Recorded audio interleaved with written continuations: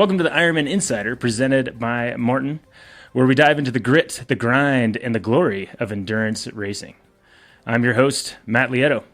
And whether you're a seasoned triathlete, an aspiring age grouper, or just love the stories of incredible human resilience, I think you're in the right place.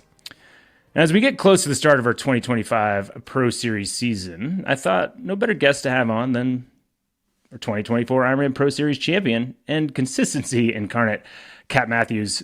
And it's pretty easy to see Kat just as who she is as her current self. But there's much more to her story, from her journey as a physiotherapist in the British Army to standing on some of the biggest podiums in long-distance triathlon with some major hurdles along the way that we'll hopefully chat about a little bit today in the pod. She has become one of the most formidable athletes in the sport, and she's only been a full-time professional for about 5 years. So today, I'm super excited to catch up with her from her training camp in Lanzarote, where she's getting ready to defend her Pro Series title, among some other pretty ambitious goals this season. Kat Matthews, welcome to the Insider. Appreciate you coming on. Hi, thanks for having me on there. Yeah, I actually am a bit nervous about talking about racing. As you said, it's barely touched February here, so Right. yeah, not sure I'm ready for this. Is the off season always go by quickly, or it seems like this year, obviously, I mean, our world championship was just before Christmas, so I imagine off season felt like it went by in a flash this year. Yeah, I think I have a different perspective on the phrase off season Yeah. to most people. I feel like lots of people see it as that whole, you have like November and December and it's just like relaxed and you do what you want. I feel very much like I go on holiday and then I have a period of time where I'm training without an upcoming race, and that's my off season. Like I feel like January, this camp is like February, it's like developing me. It's very much like off season. Like I had a burger for lunch. I might have a drink at the end of camp, Yeah. it's very focused, but it's very relaxed. So it doesn't go quickly because I deliberately don't want it to go quickly. The holiday season goes very quickly, and I partied a bit too hard this Christmas, I think, and I'm still paying for it. So, yeah. Well, it feels like it was probably, warranted to party a little bit. Long season, and obviously getting that first IRONMAN Pro Series win, a little bit of extra money in your pocket, so probably had some things to celebrate. Yeah, no, I was really chuffed to win the Pro Series, and it's actually really exciting to be able to be like, yeah, cool, the first ever win, and now I get to try and do it all again, but better. And yeah, I definitely needed a break. I didn't think I realized I did. I sort of was maybe a bit blasé about, I decided I had to be. I didn't allow myself the freedom to be mentally tired or weak. Yeah, Right. I had to pretend that it was fine. And then actually when the break came after Taupo, I was, really needing it. That's awesome. And that's great because I wanted to talk about the off season, and I think how that term has, and you can't say off season without doing the big air quotes these days, I think, right? Because it means so much to so many different people. And it sounds like, and I know for me, it was a physical break. And back in the day, the ancient days when I was racing, it was like, we used to say you have to get unfit before you can get fit again. And that was kind of a very different mentality than it is now. But I feel like I needed the mental break, and that was the more important thing. And it sounds like for you, yes, there's physical rest, and there is structure, but it seems like you're taking it easier on yourself. You're trying to enjoy the day to day a little bit better. Yeah, I think it's really hard to explain. And I guess that's what, like you said, it's so individual. I'm not convinced about this, like, you need to get unfit to Yeah. get fit again. I don't know. I feel like I'm personally, and this is like you say, you can't talk for everybody, but I'm a person who I want to get better every year. I don't just want to get unfit to then get fit again to race, to get unfit again and not make improvements. Like every year what motivates me is making those improvements. So I don't want to get unfit, but I do believe there is a mental toll, and that break, like you say, mentally is so individual. And I actually find I've probably done it right if I then really struggle after the break. I feel like, therefore, I've shown that the break was a real off switch. Right. and then I'm really struggling to get back into it because I did actually turn off. I think if everything's flying straight after the break and you're really motivated, like everything's just like perfect, I think maybe the break wasn't long enough. I don't know, but again, that's so mental, and you never know until the end of the season. Not you don't know at the start. Totally. That's the brutal part, is you don't really know if you kind of hit the recipe right until you're in the middle of the season, or until you're not Yeah. able to push through. And I mean, actually a good example is last year, as in my last sort of Christmas period. I had a disaster in Kona 2023 and rolled straight into I had my I guess I had a break then. It was an emotional break for a few weeks, and I did November training well, I did December, I raced, and then I went straight into January and just like gung ho, and we raced in March all the way through to December. So I didn't have a break, and yet that was my most consistent, successful season. So I don't think there's one right way or a rule or how to do it. Right, because then sometimes you roll into it, and if you take a big off season, sometimes people will do less racing and not taper in and recover out. So sometimes I look at your schedule last year and it was crazy. You had so many races, but you have to rest in and rest out. So sometimes you're building in a little bit kind of as that season goes, right? Yeah, yeah. So as you build, and you're in Lanzarote right now, is that right? Yeah. And do I say it like an American? Is it Lanzarote? Is it Lanzarote? How do we say it? I'm British. I want to know how British. So I'll say it like Lanzarote. There you go, Lanzarote. Love it. Is there, like, kind of continue what we've been talking about? Are there things that you do in training camp that allow you to mentally still be chill and recovering, so to speak, as you're building into, racing an Ironman in just a few months? Like, just being in Lanzarote, is that part of it? It's relaxing, it's less stress, like that sort of thing. Yeah, I don't think it's being here specifically, because I've come here for like a world champs build before, so it's not specifically being here. I think it's finding an environment like for us here that you're able to just relax, and training sort of sessions are it's very efficient. I can see the swimming pool, there's no commute. It's just in and out. And then you start your, bike computer from the second you leave the hotel. So every minute is quality riding, and it's a great warm up. It's like 20 minutes uphill done. You're ready to go, whatever the session. Awesome. Yeah. And again, the running, you can run, it's not the best, but you can just run straight from the hotel. So I think it's not necessarily, one specific thing. I think for me, it's the training efficiency. I get back, it's like 2-3 p.m. and I know I just eat and lie in bed for 2 hours and then go again. So it's just, yeah, the buffet life is also efficient as well. So, and it's good for morale, having everyone, groups of people around as well. So I think it's a mixture of having people here and having really efficient training. It means that you can get lots of endorphins out of doing really good training, but also you can chill out as well. That's great. So now, obviously, the thing that stands out to me most is the buffet. So I need to know more about the buffet. Is it open from a certain period of time? Because there was a hotel I was sponsored by in Kona years ago, and the buffet was open till like 10:30, and it opened at 6 a.m. So I'd go hit it as much as I can, go do as long a ride as I could before 10:30, and then just like as they're shutting it down, put as much in my mouth as possible. Is that what you guys got going on? A little bit, but more sociable hours. as in the buffet is open till 10:30, but I'll only have done a swim first before 10:30. So I tend to, you could go to the buffet first, then swim, then go to the buffet for a full breakfast. There is a lunch buffet, and I think there's only like 2 hours of the day when there's not food. So hit 6:30 and the dinner buffet, like we're at the doors waiting to go in. A nice, an hour, good old 3 or 4 courses, chill chat at dinner, and ready to go the next day. Love it. And are you, can I ask what your like buffet routine is? Like, do you go check out what the desserts are before you like fill up the main plate, or like what's your go-to? Depends on the day, depends on what training I've done. But I'll often do a quick scope of the main sort of, for me, meat options around the buffet. and then go to the sort of starter section, like the salads and the nice fruit and veg that I can then get in my micronutrients, so then I can just eat what I want in the main course of sort of meat and carbs.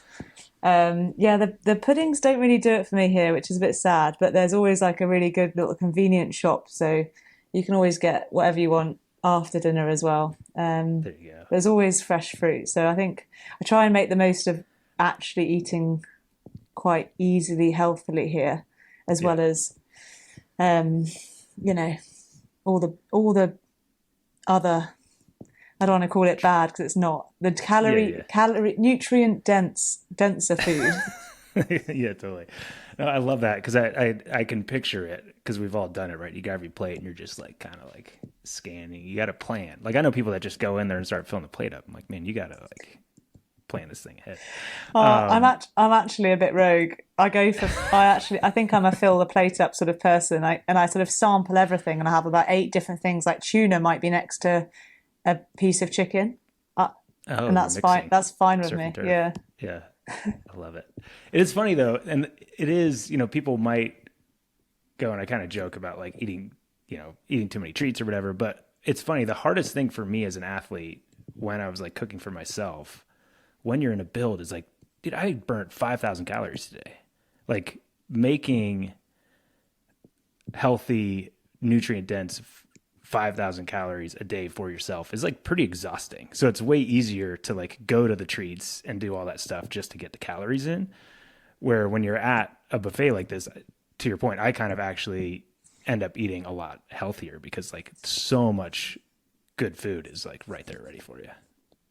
I think, and again, isn't it so individual? I think recently I've started fueling during my sessions so much more that I'm not hungry, and I really don't want bad food. I don't want sugar. I just want plain meat and veg and like fresh salad, like nice things, because I eat so much sugar during the day that I find I don't want it, and I don't need it as much as well, because if you are actually eating a lot of sugar, your calorie deficit isn't actually that high for some, considering like power differences with different people and different body sizes.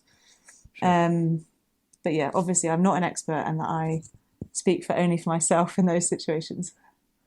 No, that's awesome. I appreciate that. And it is,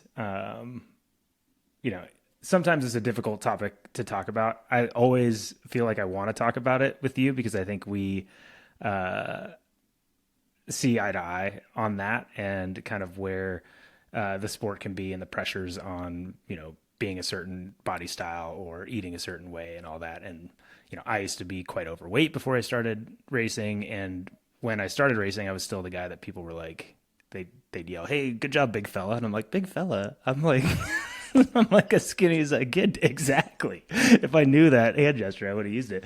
But we all, it's about being healthy when you hit the start line, and being the person that can dig to the bottom of the well and do so because you've treated your body right and you're running on what your body runs well off. And that's one thing I noticed with you in racing is that, I talked about a couple weeks ago in a podcast with Craig Alexander, and this wasn't just to get you on the podcast. We weren't just like shining you on because I wanted to get you on the podcast. It was genuine, but point was, like I said, it was kind of always, you were the favorite to win this series, in my opinion, because of your consistency. And for me, that consistency comes off the fact that, like, I don't think I've ever, some races outlying, like you said, that Kona disaster, where I never see you degrade, right? Like you seem like you get to the start lines to a point where you then can lean on your determination. I call it stubbornness at times. That was, I think, a strength. I think stubbornness in racing, pain tolerance is a positive thing. And I feel like you can lean on that because you are always ready to go at the start line because you give your body what it needs and you're not stressing about kind of these other factors. Thank you. I actually think the sport is in a really good place at the moment in terms of, health and performance before aesthetics. And it's been really cool to see that change over the last 5 years, I think, especially with the, COVID layer, like just things changed, I think, or science developed enough and it was then publicized well. And I think, I think it's also really fascinating though, because obviously there is some science in performance at, a lower body fat percentage, and it's so individual, and we base our judgment on aesthetics. We're not, there's nobody walking around with a body calipers. And I think that's what's fascinating is our perception of someone's physique based off how they look in like pretty nasty lycra. But yeah, back to your compliment about the consistency sort of thing, like not degrading. I actually think that's this year have decided it's a weakness that I want to change. I'm bored of myself, like being so conservative, because I think, except for, like you say, a couple of odd scenarios, I think I'm always too conservative. Like I dread blowing up too much that I then always, I'm happy to eat my words, underperform. And so, yeah, that's the goal this year, is to be a bit more brave, less consistent. I love that. And as soon as you started that, I kind of knew where you were going. And I love that because you're never a person that seems to shy away from challenging yourself. Like, obviously you came off of a season where you won the first Pro Series, and the first thing you said was, God, I didn't get all the points, right? And you're like, yeah, I'm consistent. So, but I get it, because there is a, theoretically, and I'm not saying this about you, but theoretically, if you're consistent, you're never really putting yourself out there to fail. And to win a world championship, you have to be against the fields that are out there now. You have to be okay with failing. Yeah.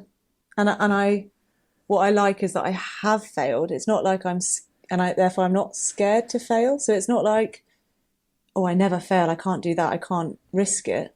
I have failed quite catastrophically previously, but not down to, I don't know. I think we just tell ourselves these things to try and motivate ourselves or push ourselves in an area. It's probably rubbish, and I'll be just as consistent and maybe slightly better, who knows, or slightly worse in some races. And I think you just have to find your own little mental battles to push yourself.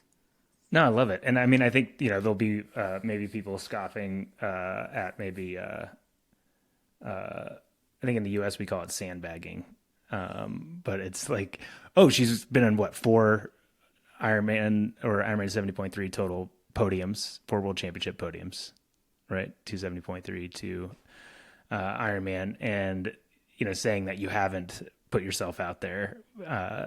Obviously, I know where you're coming from, and that's you wanting to continue to challenge yourself. And I think that's awesome. But my question would be, if you're looking at the metrics and the data, do you look at your races and be like, yeah, I didn't put myself out there?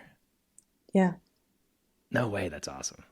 Except for a couple that you wouldn't expect. Like a random race last year in the T100 series. I'd just come off Ironman Victoria Gas Dyes, which I had to do, or wanted to do for the Pro Series. So it was a race. Rolled into T100 London, and my performance data, like my heart rate was crazy high in that race. I hung on with absolutely everything I had, but probably because I didn't really push myself in the Ironman 2 weeks before, because I was just doing it to be the most efficient I could do it. Yeah, for the point. So yeah, it was last year was quite cool to look back on and analyze. And things like San Francisco, it was 6 days after Ironman Hamburg, which was like a real goal for me. It was the first time I'd done it, and I'm going back there this year. I really want to do well there. There is also an Ironman best ever time there to be had. And I was so angry with myself that I just rolled straight into San Francisco and just destroyed that in terms of my own sort of performance data. But those races don't really stand out. So Yeah. it's because they were just, B races or whatever. So Right. it's, yeah, interesting. And I was looking through. I think you probably know this. I don't do hardly any research, but I did a little bit this morning. And just it's not so much research, but like reminding myself of some things. And one thing that stood out to me, and obviously tons of wins. There's a lot. I'm impressed by you and your career and your resiliency. But this year, right now, I have. I wanted to talk about Nice, and I have Nice down there, and I just wrote down swim and then your time and then WTF. Like that that swim was bananas. And like obviously you're capable of it because you did it, but in that case, like was that you at the start line being like, I just need to do everything? Like was that you pushing yourself in the way you want to push yourself across the board this next year? Yeah. That whole year, I went into every race thinking, well, not every race, but the most important races that had that sort of tactical element to it. The swim is the only thing that matters here. And I obviously raced quite a few of the 100-kilometer race that the swim really, really matters. It's the most important part of the race. So I think Yeah. I took that mentality all the way through, and it finally paid off in Nice in a way. So it wasn't like I did anything special. I knew I had Right. really good swimming form in training. I know I'm really comfortable in the sea, as opposed to, some people don't like it compared to a lake. I sort of grew up as a kid like bodyboarding, body surfing, that sort of stuff in cold old Wales. And so I think, yeah, it was a mixture of everything. Plus just the situation. Sometimes with Yeah. open water, you do get lucky. And I think I had all of it playing in my favour. And actually, I lost the group. I think I dropped that 15 seconds or something in that last 500 meters. I think maybe some of the girls were after the swim bonus, first out the water. So there was a Right. bit of a surge that I either didn't have or decided I couldn't be bothered to play in because I'd just get them in transition was, I guess, probably something that went through Sure. my mind at 45 minutes in. But no, the swim I'm stoked with. And I think it's something that, so I've been full-time training for 5 years, Yeah. and every year I'd like to think that my swim has got better, minus the COVID era year. And then even with the accident with my neck and my back, and I still managed to sort of keep it at the same level and then step it up again. So I'm hopeful that this year the front pack is still the goal, but to be confident in saying that, not as a sort of ridiculous goal, because I don't think it Right. was. I was trying to achieve the front pack, but it was a bit of a stretch goal, and I probably wouldn't have said it publicly because people would have just rolled their eyes at me. Whereas now it's like, yeah, I'm going to try and be there every race. Yeah, I mean, you swam a 49 something at World Champs. Like that is fast swimming. And like you're talking about, you lost 15 seconds because maybe some women were going after the preem. Like you're talking about Lauren Brandon and Zelinskis and like the fastest swimmers in the sport, and you only lost 15 seconds to them. They were going as fast as they could so they could get their airline money for the way home. Yeah, But there's a couple of other faster swimmers that will, I'm of sure, course. play in the future. Of course. But yeah, no, I mean, it's super impressive. And it's one of those things, like, I know I was going crazy in the boat in Nice. Like, you were the one that stood out. And then obviously seeing your gap to Laura was, important. And I was freaking out. But it's one of those things where it's not, you say people would have rolled their eyes, and maybe, but we all know, like, being in the sport and seeing people grind, like, I know you're in the pool and you're doing the splits that are necessary for you to be in that front pack. But open water swimming there's so much happening. There's so many dynamics that everything for where you're at in your history of swimming, especially only swimming or training full time for 5 years, all of it you have to make every right choice, and things have to fall in your favor for you right now to make the front pack.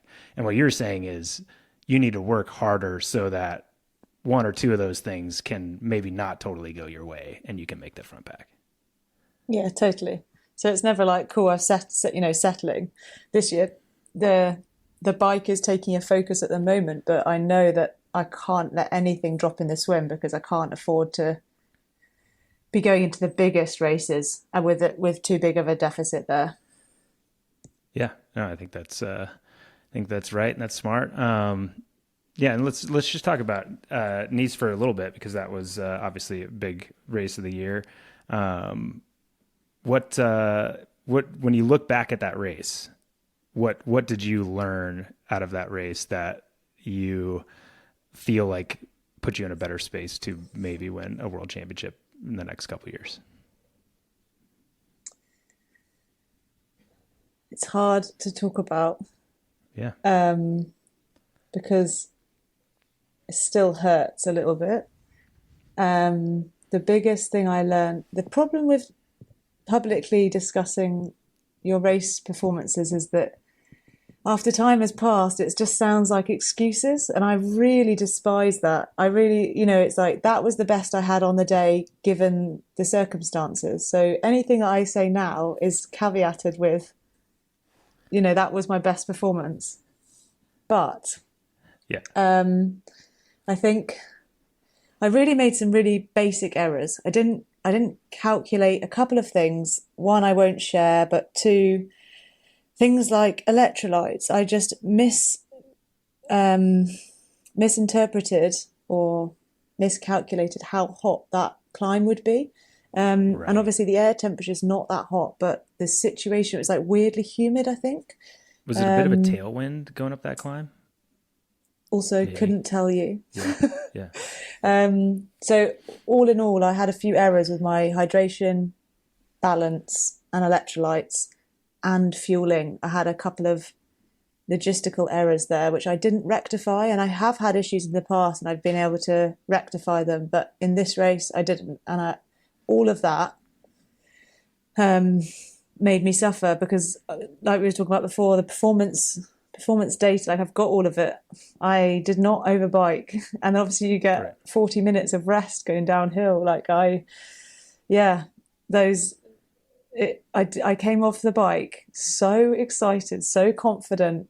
My run train, I was like primed, and then on another day, in the future years, I hope to give Laura a much better battle, and I think she'll welcome that too. But the lesson from all of that is that no matter what the race, those tiny little details need just as much attention. And I think I just got a bit lazy, which is ridiculous in a world championship. So I'm embarrassed.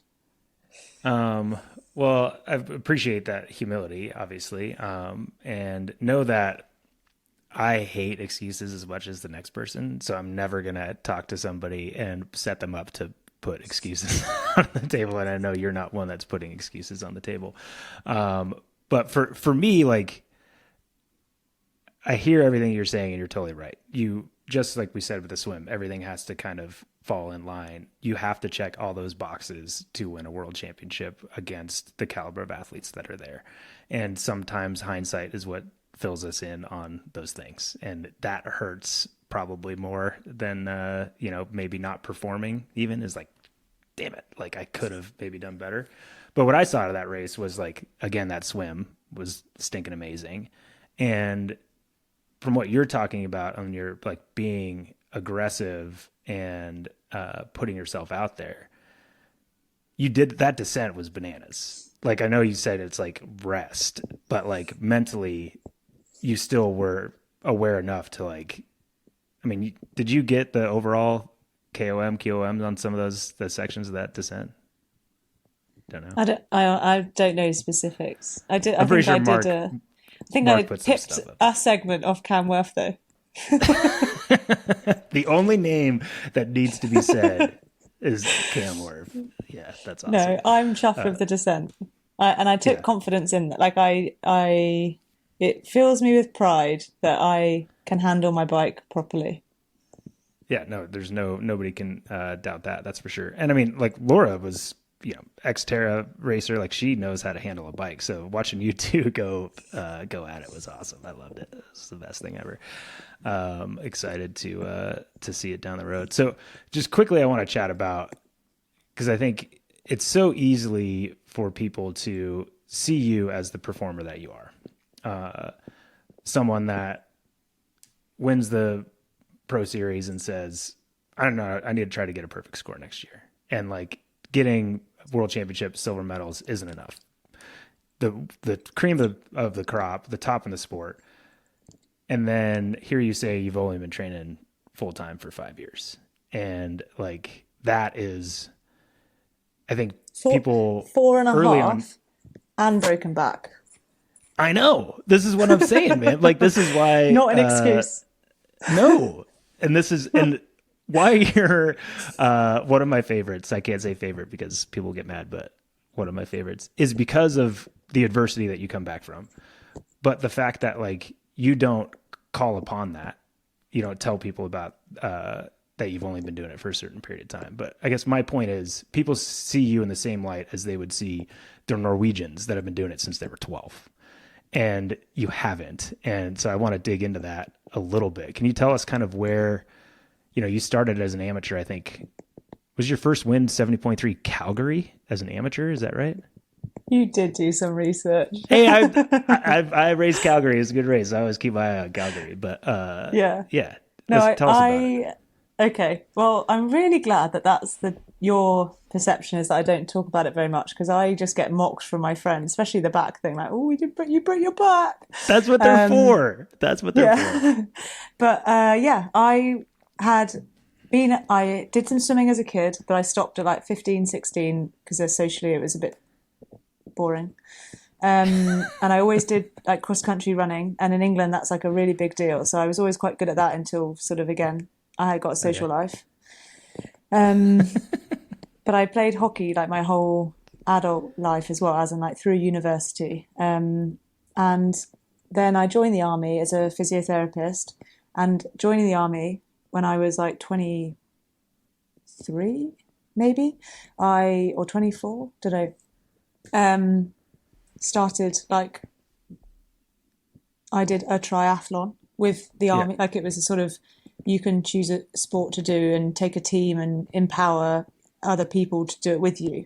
And awesome. I thought that was pretty cool. Yeah. Like we had never done this before, and we all just thought it was a bit of a joke. And then turned out I was quite good at it. So I was like, I might do a bit more of this and actually put some effort into, getting back into the swimming pool. So yeah, in 2017, I did the age group, like World Triathlon age group standard distance. Yeah. And then in 2018, I did that, like the World Championships in that, maybe. I'm not sure exactly. Yeah. The next year, I really wanted to race, and I really wanted to win the like British World Triathlon age group standard distance race. God, they have so many words, don't they? I think USAT has the same, that age group like championship race. 100%. But yeah. I got deployed, loosely deployed to Canada, where we have a big military base to basically practice all our sort of, land-based warfare, which was obviously a little bit relevant at the time, considering what's happened since. And so I couldn't race this race. And so I persuaded two mates who'd never done a triathlon before just to enter this 70.3 with me at the weekend. And that was Calgary. And I just like rocked up. I had a bike, had a TT bike. I was taking it like quite seriously, as you do. And that was my first race. And then I won the national champs that year when I went home. And then next year got my pro license. That was your first 70.3 ever, was Calgary. Yes. And you won the overall. Yeah, there was no pro field. I mean, I'm sure there were still a couple pros that showed up. They always. I had decided that I'd run to 10K, and then I'd have to get back because I wasn't it was 10K out, 10K back, and I didn't think I could do it. So I thought I'll just get there, and then I have to run back. Yeah, that's funny. Fun. I did Calgary once and ran to 10K, and then got a ride back. Oh. So well, if I'd known that. Yeah, no, it's possible. The options are there. So that was 2016, you said? No, 18. 18. Crazy. And then 19 went professional. 2020 signed with BMC. COVID. 2021 semi-COVID. 2022 raced really well. Got injured. Missed Kona. Yeah, all the drama. That's insane. So yeah, I had a good year last year. My first good year. I love it. And to me, that's what's crazy is when I do my research, like I said, that I did tons of, like 7 minutes this morning, and I look at the years, it's like, oh no, she turned pro like 2020. And then I look and it's, you can't look back in history and say that you have the success like in spite of these things. Like it's possible you've had some of this success because the COVID year was different. Like you can never look back and say you changed things, right? You would assume that you not breaking your back, you would have been better off. Like we can't really say that, right? Because to me, what's amazing is that in that short period of time, you had some serious hurdles, and breaking a back is usually a career ender. Like we all hope that you're going to come back and it's going to be a thing, but it's like, like you're a professional at swimming, a lot of movement of the head, TT bike, like looking your head up, being as aero as possible. Like generally you're not going to be able to get back to where you were. So was it that history and schooling and knowledge and maybe what you saw as a physio that allowed you to be confident that you could come back, or just your grittiness in general? Or how, like, to me, it is the only word I can use is astonishing that you were, I remember, and I get goosebumps as I say this, seeing you walking on a Lee drive with the freaking thing. And, actually get emotional because it's to see an athlete that puts everything into going after their dreams and see in that moment, it seemed like that wasn't going to be a thing for you. Right. And seeing you in that space, and then like 6 months later, you're like doing the thing and you're back at it. Like, tell me how that happens. Yeah. I think it's easier not to think about it. No, that sounds like I haven't psychologically dealt with it, which I am confident I have, or Yeah. I'm where I need to be. I do think being a physiotherapist, having a degree in physiotherapy, really helped. I think alongside that, as elite athletes, we are so in tune with our bodies, but we are so aware, and I think that entwined with the knowledge and the ability to go and like read research and critically analyze research, not just what does Instagram tell me I need to do because of this, like, or what does Google say? It's like I'm critically analyzing the return to play for this type of fracture in this position, sort of thing. And I'm aware that this load, I could achieve this load in a different way, or so I think definitely the sort of rehabilitation side of things helped. I think the psychology of it was massive. And I guess at some point I sort of decided it was just like, I'm going to be really great at being the best patient I can. I that became the challenge, to be to recover the best. Obviously that's not tangible and you can't compete against other people in that, but I found it, I guess, a competition with myself, like how good can I do this? And that there's so many aspects that came into that.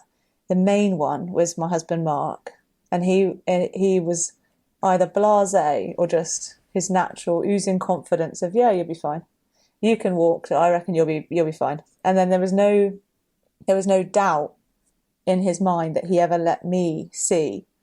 And I think having someone constantly reassure you every hour of every day rubs off on you. So I think there's a massive part of that. I also had a really great physio that I saw separately, who when I saw her week, I don't know, maybe 8, I was back. I'd taken my brace off myself because I think accepting that the doctors aren't going to take the risk. This is not advice. This is my own experience. Accepting that the doctors won't take your risk is something that really hurt me. As in, it was really hard not to be told at 7 weeks exactly, you can do X. At 8 weeks, you can do X. And I didn't realize, I guess, I naively thought that that would be a doctor-led process, but no doctor was going to tell me, Right. oh yeah, you can go and do an Ironman. No way on earth would a doctor advise me to take the brace off a week early or start moving my neck past, like at 4 weeks, not 6 weeks, not 8 weeks until I'd had an x-ray. I think the most I ever had from a doctor was, well, it hasn't collapsed, my spine. And I was like, oh, so that's good? They were like, yeah, you can just crack on. I was like, oh, well, I'm already swimming. They were like, you're already swimming? And I was like, yeah, it doesn't hurt. And so I think taking ownership and taking my own risk was the biggest thing I learned there. But the psychology of seeing that physio, sorry for that tangent, No. was that she was like, so when are you racing? Rad. And I was like, hey, can we just calm down a little bit? Like my bones haven't healed yet. I haven't seen a consultant, like what are you saying? She was like, well, it'd be good to have a little bit of a timeline before, we can work back. So if you decide you're going to race here 8 weeks before the race, what sort of load we need to be looking at. And then that, so I went home and I did a nice, pretty Excel spreadsheet. And I think, again, understanding the athlete side and physio side of like load progression, I was able to go back to my coach and say, right, if I want to race in Texas, which is already a bit ridiculous, I need to be achieving, in my mind, at least 20 hours a week in January. And if I can't put 20 hours a week back together, back to back, without problems, then what's the next step? Then I can't hit February goals and March goals. I can't be back running and I can't do a marathon. So that was really useful, having that, like a really good physio. And there's not many out there, despite the degree. Right. So yeah, that was I'm not even sure I answered the question, but no, you did. And I mean, I don't know how I did it. Yeah. I mean, that's, and obviously what I spoke of earlier. And again, I get in arguments with people about, I'm trying to bring stubbornness into vocab as a positive thing. And so I think in that case, your stubbornness and just like, unwillingness to not succeed, I guess maybe is a better example, and mark support and physio support. And to me, like, I've had a ton of injuries as well in my career and post career, and that challenge for you and not having, and it happens all the time. Like there'll be like 8 to 12 weeks or whatever. I'm like, what does that mean? Like, tell me why. And then we'll sit down and have like a bargaining on where we're going to end up with. But the challenge I imagine with you is that, I always tell athletes that I coach or help that the quickest way forward is no steps back. And you kind of want to have someone that's a professional be like, you cannot do this, right? And then you do everything else until that point when they say you can do that, and then you start doing that, then you move forward, right? And not having those bookmarks, I imagine, was a struggle, but it sounds like the physio helped down the road. Yeah, it was really hard. I actually remember really distinctly hitting my 12-week point that I had set for myself, which was like 90 minutes on the bike and a 30-minute run, something like that, being able to swim 3K. I think I'd hit that at 10 weeks. So the obvious thing to do there is to go, sweet, I'm going to push on. Yes. And I remember specifically sitting down with my coach saying, I don't want to make any improvement in the next 2 weeks. I want to just maintain this. So then I'm ready, even more ready to build upon the next the next month. And I think that was really, I don't know how crucial, but I think it was really crucial. Oh, I'm going to say right now, bookmark it. Everybody that's listening, go back and listen to that, because that's it, right? Because you get ahead of yourself. And even when you hit peak performance, if you hit numbers you've never hit before and you say, oh, sweet, let's go more. It's like, no, you go back a little bit or you stay there and then you go. Like your body can't always just be adapting and increasing, even though your head theoretically can. So yeah, that's, I imagine, usually important. And like your performance is out of that 70.3 Oceanside. I didn't watch the race because I was like, whatever. And I'm like, holy crap, she got third. That's insane. Yeah. Insane. I hadn't really decided if I wanted to do that yet. I wasn't emotionally ready, I don't think. But I think my coach, Bjorn Giesman at the time, and Mark, they both just encouraged me to get on with it, I think. And so awesome. Yeah. it was cool to do, and it gave me a lot of confidence, obviously, then going into an Ironman. So it was definitely the right decision. But I think I shouted at one point, "I'm not fit enough for this." Like I was like dying and running so much slower than I knew that I had previously. Yeah. And I mean, and to me, again, when I saw that, I thought back to the person I saw on Elite Drive and like the fact that like as positive a person I am, you're like, man, who knows where that's going to go. And for you to be there in April and then just 3 weeks later, like that result in Texas wasn't even oh, she did that because she only went this fast because she was like recovering. It's like you ran a 2:49. Like, come on, dude. Are you kidding? Yeah, I didn't bike very hard. I couldn't. I don't know why. I was useless on the bike, so I think that's why I ran so well. But yeah, that was a bit mad. I think that was just pure adrenaline and like emotion fueling that. Dude, it's crazy. And I mean, I think that's one of the reasons I appreciate you so much is that like, and again, this year you kind of had the same thing. Did you not like tear your calf in March or April and then still won Ironman Texas? Yeah, that weirdly enough, I could talk about injuries all day and the psychology of them, but the unpredictability of something like that happening makes you have so little faith in your body that it just throws your entire sort of perception of what it is to be strong, and to be a functioning human, let alone like a Ironman athlete. Yeah. Like the calf thing really hurt in terms of like mentally, like emotionally having to deal with that at the start of. I just announced I was going to do this stupid year of like 12 races, and I DNF'd my first one because of something that I couldn't predict. Like there was nothing in training that I could see, and going into Texas was I got out my spreadsheet and created a run walk program that I thought was physically possible. And I basically said, if I'm not doing this by 3 weeks before the race, I don't think it's workable. And by 2 weeks before the race, I think I had a run day back to back, because obviously that's quite a lot of run load for a newly torn calf. And then that went fine. So we were like, fine, we're going to fly and see what happens. But it wasn't ready for it, and it was a bit rogue. I think I ran like nearly 3 hours or something. So with like run walk. So I don't know how much walking time, but not my best experience. But yeah, it's still amazing that you were able to get through there. And I think, you talking about to me, I've had a lot of injuries as well, and we could probably sit here and talk about injuries all day long. But the calf injury is like, it's such, I can't use the word I want to, but it messes with your mind because you never felt anything before, and then you're racing and it goes like this. And you're like, who knows if that's going to the same exact, like you're just waiting for it to happen in your next couple of races, right? I know. And then every training run back, obviously you don't want to ever feel it. So you're never able to push and test, because if you test and it goes wrong, then like you don't, like you said right at the beginning, you said about like not making steps. You don't want any back steps. Yeah.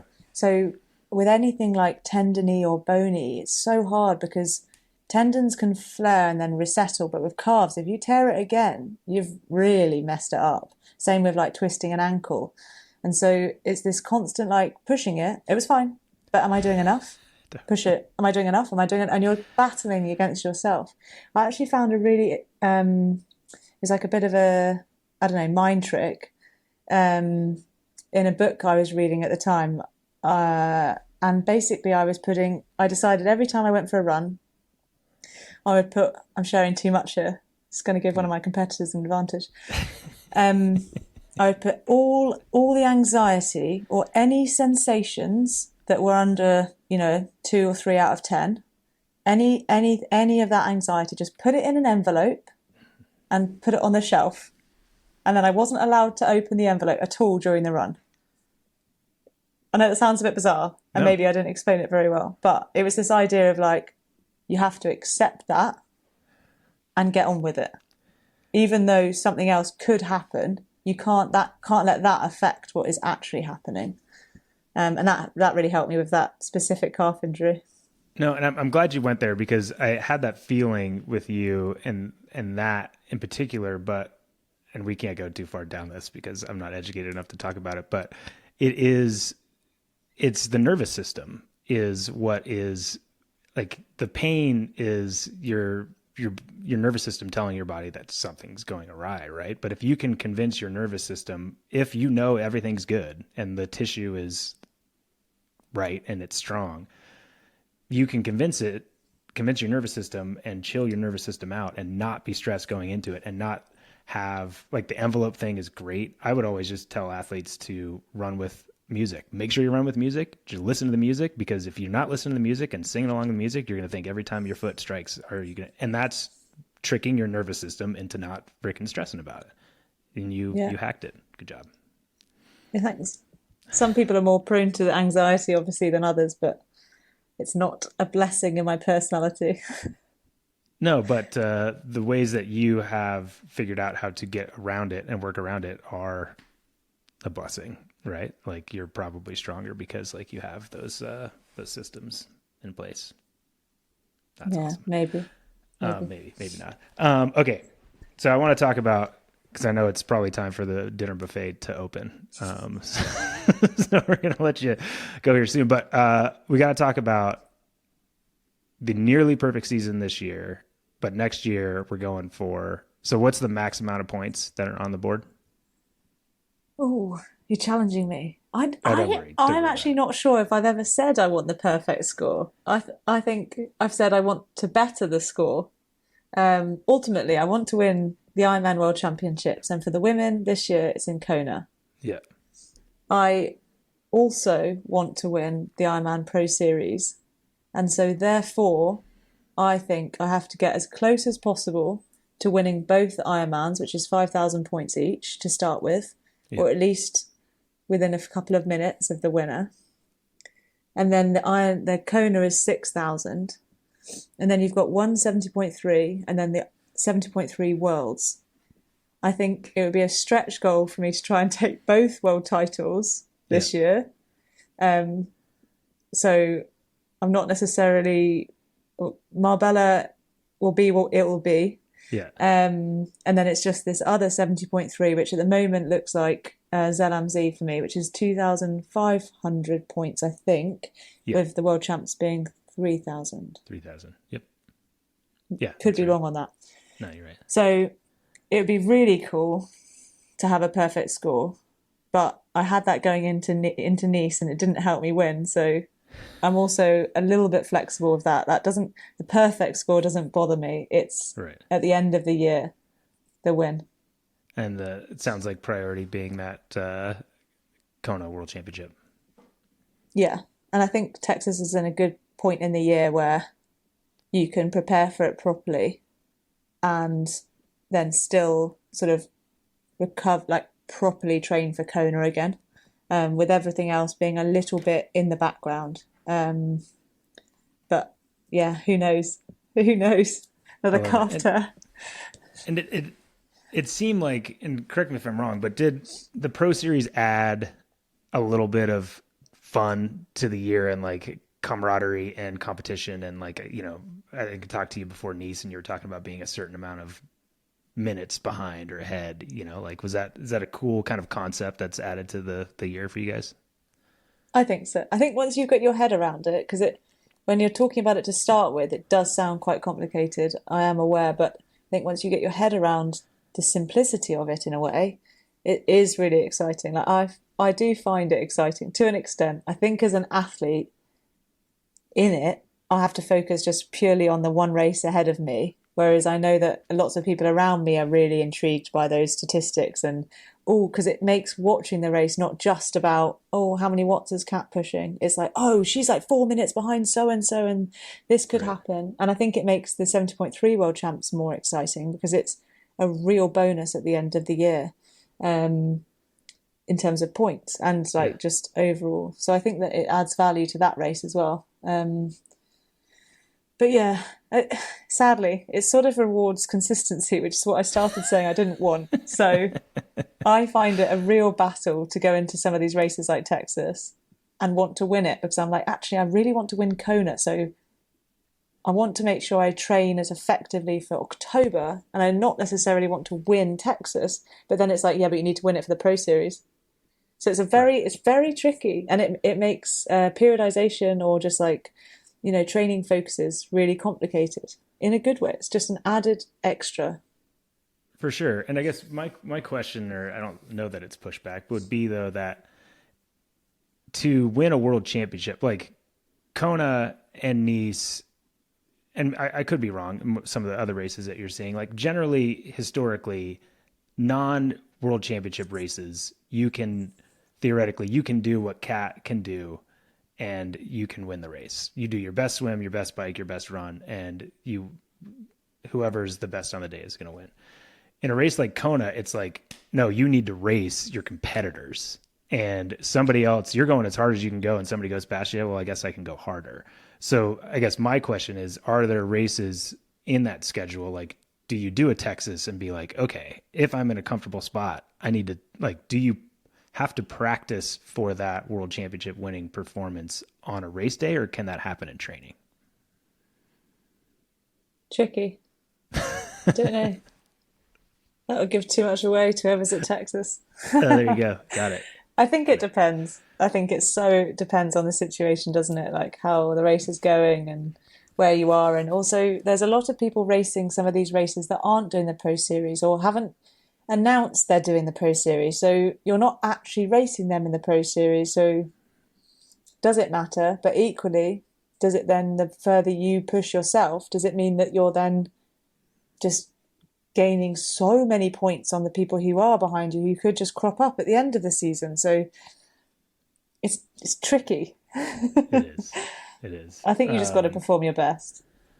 Yeah, and I did really appreciate that about you in Topa, was people were talking about the Pro Series, and obviously you given the Pro Series what it needs. But you're like, I'm here to win a world championship. Next question. I mean, you didn't say that, but like, like I could sense Sounds that quite was, confident for me. that was it. I mean, but no, I appreciate that, because if you take the racer out of the racer, then that consistency can go away, right? If you're just trying to beat the person or be within a certain amount of minutes, you're not racing how Cat races, right? Yeah, or any of the girls or guys. I think what's really cool in the female field at the moment is that I think we're sort of we do obviously, and I'll get shot down on social media probably for this, but we do follow the trends of the males, as in, as soon as there starts to be this more aggressive racing or this like tactic change, it takes a year or two, and then we see the depth coming through in the female field. So I think it's really cool at the moment that we have got this sort of like Kona last year. There's like a massive group coming out of the water together, really. Like everyone was so condensed. It was really cool to be part of that. Very stressful, especially with Race Ranger. Like it doesn't, I'm not going to criticize it, but it's tricky. Sure. Yeah, I think that's exciting. Like everyone's actually racing. And it didn't pay off for those people. Some people it pays off if you're conservative, and some people it doesn't. Like there's not one right way to do it, and we don't know that. So you gotta trust your gut, I guess, and those instincts in the moment. And they could be wrong or they could be right. You just don't know. So I think that's also, I used to hate that bit about racing, and now I sort of love it because you can only, turn up and just do your best. And sometimes those decisions are wrong and sometimes they're right, and you reap the rewards or you cry about it for months, like, or you just get over it and try again. I love it. I love your attitude about it, and I mean, I think I'll agree with you on a lot of that as far as men's kind of setting the trend to a certain extent, and maybe it's, who knows, there are a lot of reasons why that might be the case. And to me, it sounds like when you were talking earlier about trying to put yourself out there, is like that's in your racing and not being consistent, is that's where I see the next shift coming possibly in women's racing, is seeing the like laid lows, like throwing a long bomb, be like, okay, well, I'm either going to win or I'm going to walk it in. And that's what it takes to win a world championship. And it seems to be the trend on the men's side. And I think we'll start seeing that a little bit more on the women's side too. Yeah. And I mean, Lucy's done it a couple of times, right? And it's worked for her. But obviously, she starts at the front and stays at the front. So it's Right. slightly different, I guess, if you're coming through the field, but it's the same idea. I think it's super brave, just frigging going for it. That's Yeah. our new little catchphrase on this camp I'm on at the moment is just like, again, I can't really use the word, but you can guess what it is. It's like, let's frigging go for it. Yeah. Or like, I went for it because, that rep, you probably will be better than you think. You probably can sustain it. You probably can, we're building confidence here in a good, supportive way in the group. I love it. I love it. Love hearing about the camaraderie and what you got going on there in Lanzarote. And so excited to see you be consistent in your not being okay with your current performances, even though they're, I think, awesome and you're always pushing yourself. And can't thank you enough for coming on and sharing all that with us. Thanks for having me. As always, Kat has a lot of tidbits in there. So go back there. I'm sure there's a few spots you might want to re-listen to. I think she's one of the athletes to learn the most from, just by example, in so many different ways, and her ability to bounce back from adversity, I think, is pretty amazing. So thanks so much to Kat for coming on. Had a good chat with Craig Alexander just a few weeks ago. If you haven't listened to that, go back and do so.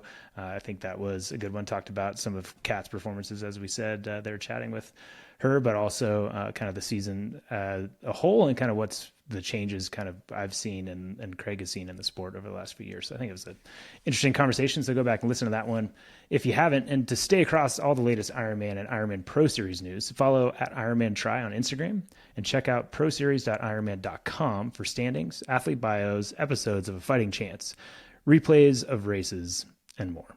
And thanks again to our presenting sponsor, Morton, the official sports performance nutrition partner of the Ironman Global Series. And all Ironman athletes have access to Morton hydrogels and solids on course in 2025. If you enjoyed today's conversation, please like, share, and subscribe wherever you listen to this podcast. And if you're sitting on the trainer, you can also watch the podcast as a video on our Ironman Triathlon YouTube channel. Thanks so much for joining us on the IRONMAN Insider podcast presented by Morton. And be sure to keep an eye on this space for more great conversations as we move into this exciting 2025 season ahead. I'm Matt Lieto, and thank you so much for listening in.